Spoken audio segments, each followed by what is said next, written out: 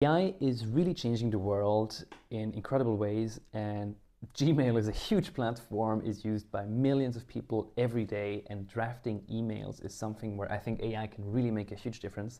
And so I'm reviewing every AI tool. Every company that has built an AI tool is now getting reviewed, and so you can see which are good, which are bad, so that you can use the best tool.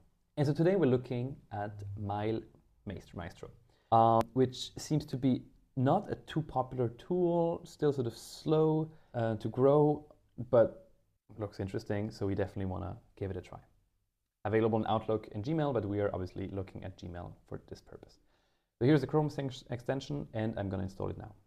First thing, the permission to read my browsing history is a bit scary and not necessary, so red flag, but we'll keep going for the exercise. All right, there was a little onboarding here, and now I'm just going to open Gmail to try it live. So the first thing we see is we have a new compose box here, and we have a sort of AI thing here. Let's see if anything loads as part of the onboarding. So far, no. So let's just try the compose box. So this is the normal compose box, really. So I'm not exactly sure what to expect. Let's try this button here. And this is not working. Let's find the extension here, see if we have to log in or do something. So in terms of permissions, it's asking us to read all our messages and see all our calendar, which is obviously a lot of data, but we're assuming it can use this to write smart and better emails, so we definitely want to give it access to our email context. And now we see there is a compose box here.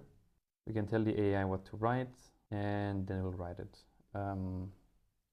Ask Jeremy for a catch-up call.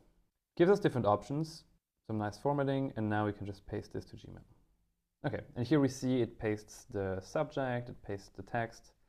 So far this is pretty good. It also knew my name, so I like that. Now let's see what the improve feature does. This is just sort of, okay, we can see sort of history, what happened, okay, polish, fix typos, okay. So some nice little detail features, but really I just wanted to write my emails. Let's see if this does anything special. No, this is just a normal compose box. Okay. Then let's see if it answers emails as well. So for example, the email we received here. Okay, so here we have like new AI buttons. So we want to do the AI reply, for example. Let's see what that does. So far it seems to be doing nothing at all. I'm a bit confused. Okay. If we open this, does that do something? Opening again doesn't work. But if we open this, okay, we get some information.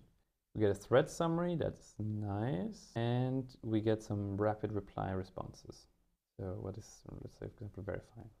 Okay, and there it responds with some context, which is really smart. Again, it's kind of what you would respond. You see different options, and then you can paste it to Gmail, and we could send that back. So far, really good. And now we want to try it with some more realistic emails. So let's, for example, take the sales email I've been getting. So it summarizes the conversation, and I can just say an offer, for example, and then it will write that draft, and then I can just paste it to Gmail and complete.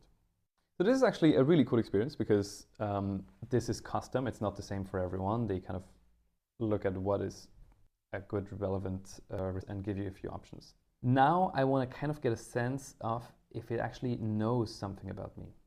And I'm not exactly sure how to do this, but what I'm expecting is like it knows my name, but I wanted to know, like, yeah, just to know what I know. For example, if a customer asks me for a refund, things like this. Let's take, for example, an email where I might have received a refund here. This was a test email that I was just playing around. So let's do the AI reply thing. That doesn't work. We'll click here and acknowledge refund.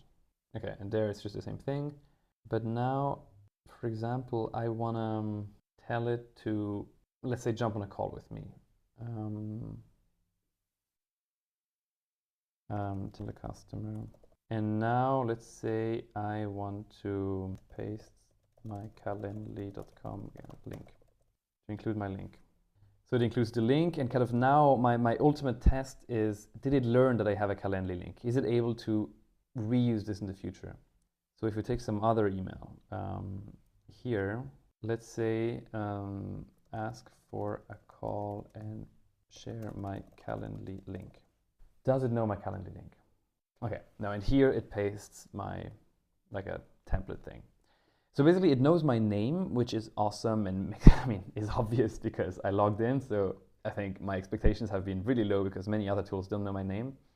But it's not really learning about me. It's not, let's say, writing in my style or anything like that. It's just ChatGPT giving me 3 options using the context we have here. So all in all, I would say, and maybe let's finish just by looking at the pricing. But the takeaway is like really above average because many other tools have been terribly bad, but not impressive beyond that so far. Pricing is also relatively cheap, which is good. And yeah, we see there's sort of no smart learning about you feature. Like it summarizes emails, things like this. But that's it.